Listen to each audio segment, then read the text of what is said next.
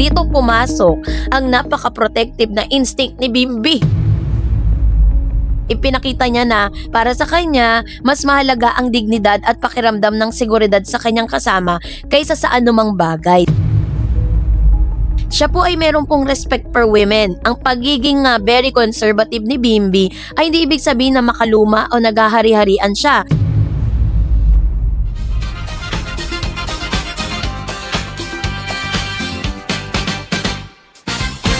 Aba mga Dabarkads, alam ko na panood niyo po itong simpleng video clips na ito na mapapanood natin ngayon kasi kung si Bimbi sarili siyang wardrobe protector, aba si Bimbi naman ay nagsilbing wardrobe protector para kay Raisa May Dizon.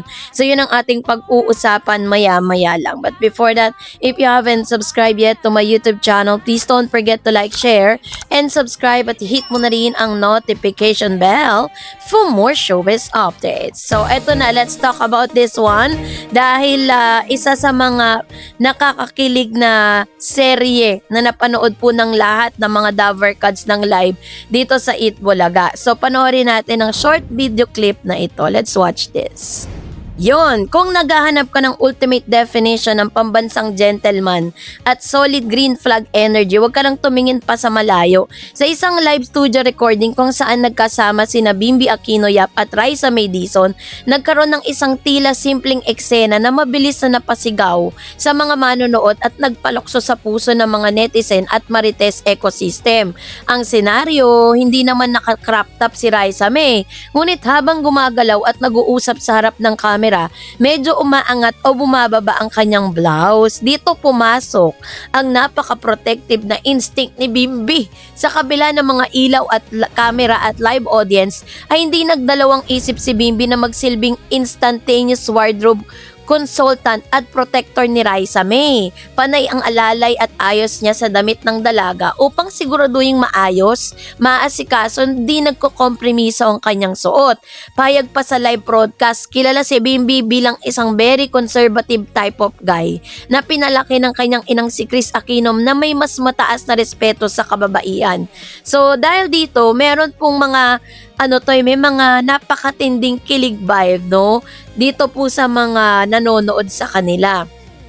Ang live studio incident at ang wardrobe moment, para sa mga hindi nakasubaybay ng live, kailangan balikan ng eksaktong atmosphere sa studio na mangyari ang kakaibang eksenang ito.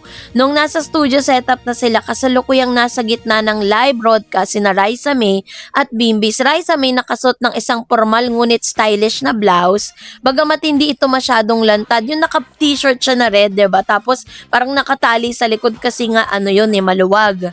So ang tendency talagang paggagalaw siya, hindi naman masyadong tumataas at hindi naman kita yung pusod nitong si Raisa. Pero ang pinagtataka ng marami, bakit pa na yung baba ni Bimbi dun sa damit ni Raisa, 'di ba?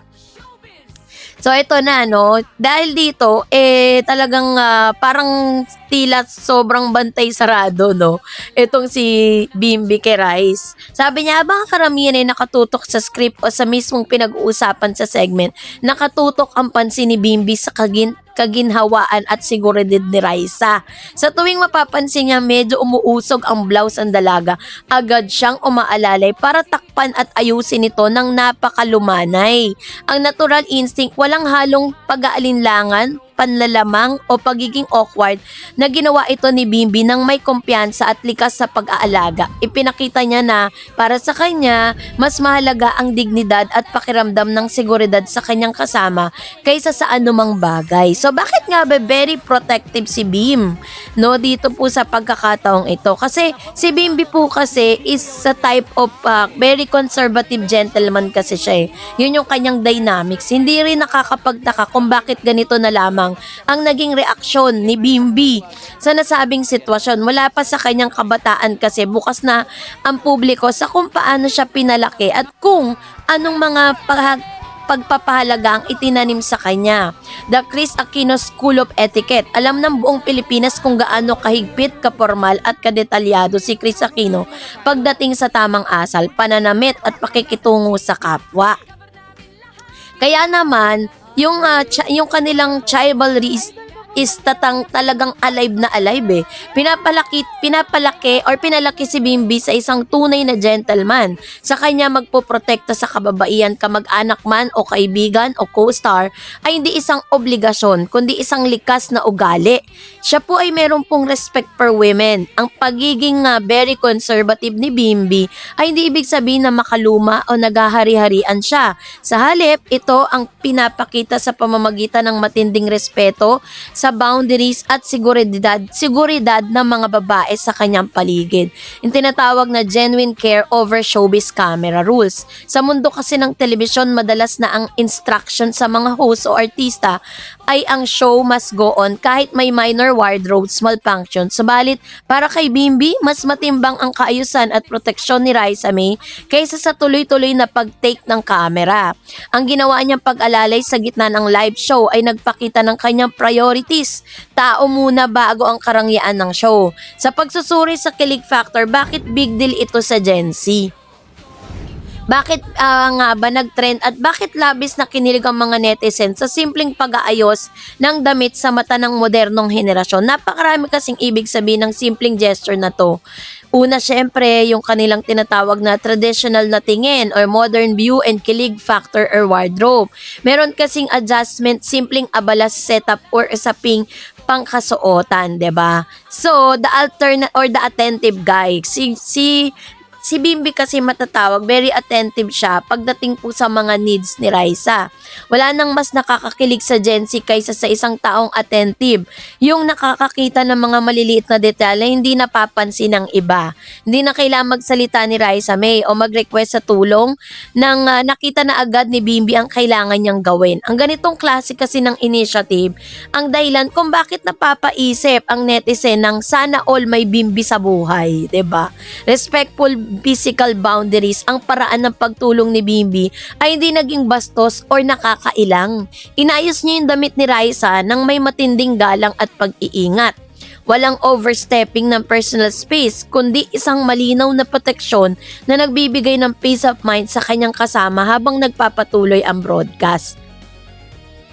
And of course, meron ding tatlong posibleng anggulo sa kanilang act of care. Upang mapalalim ang ating pangunawa sa pangyayaring ito, meron pong tinatawag na perspective sa ginawang aksyon ni Bim. Number 1, the brotherly or besties protection angle. Dahil matagal na silang magkakilala, mula pa nung may little bossing days, mayroon silang matibay na pundasyon bilang magkaibigan. So yung ginawa ni Bim ay natural na reaksyon ng isang protective best friend na ayaw mapahiya o mapahamak ang kanyang kaibigan. Ang kanyang race, no?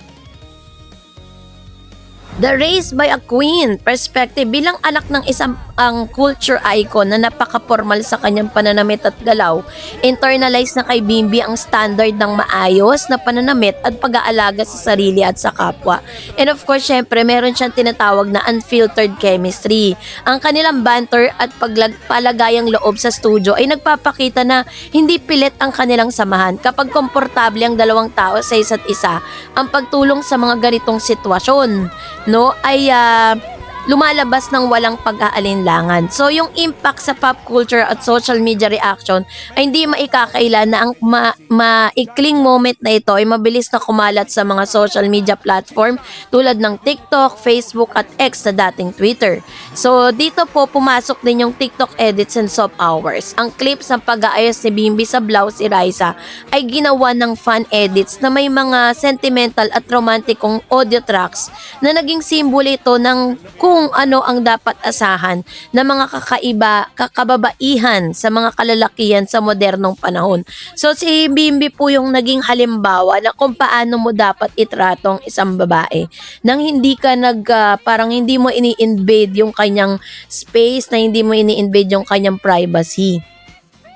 Pinakita ng eksenang ito na ang chivalry or pagiging formal at galante ay hindi papatay. Hindi ito tungkol sa pagiging lumang tao. kundi tungkol sa pagmamalasakit at pagbibigay ng respeto sa bawat pagkakataon, 'di ba? Sa huli, ang pagiging wardrobe protector ni Bimbi kay Raisa May Dizon sa gitna ng isang live broadcast ay hindi lang basta usapin ng damit. Isa itong magandang ehemplo ng tunay na paggalang, pag-aalaga at pagkakaibigan sa mundo ng mabilis manghusga at maghanap ng kontrobersya.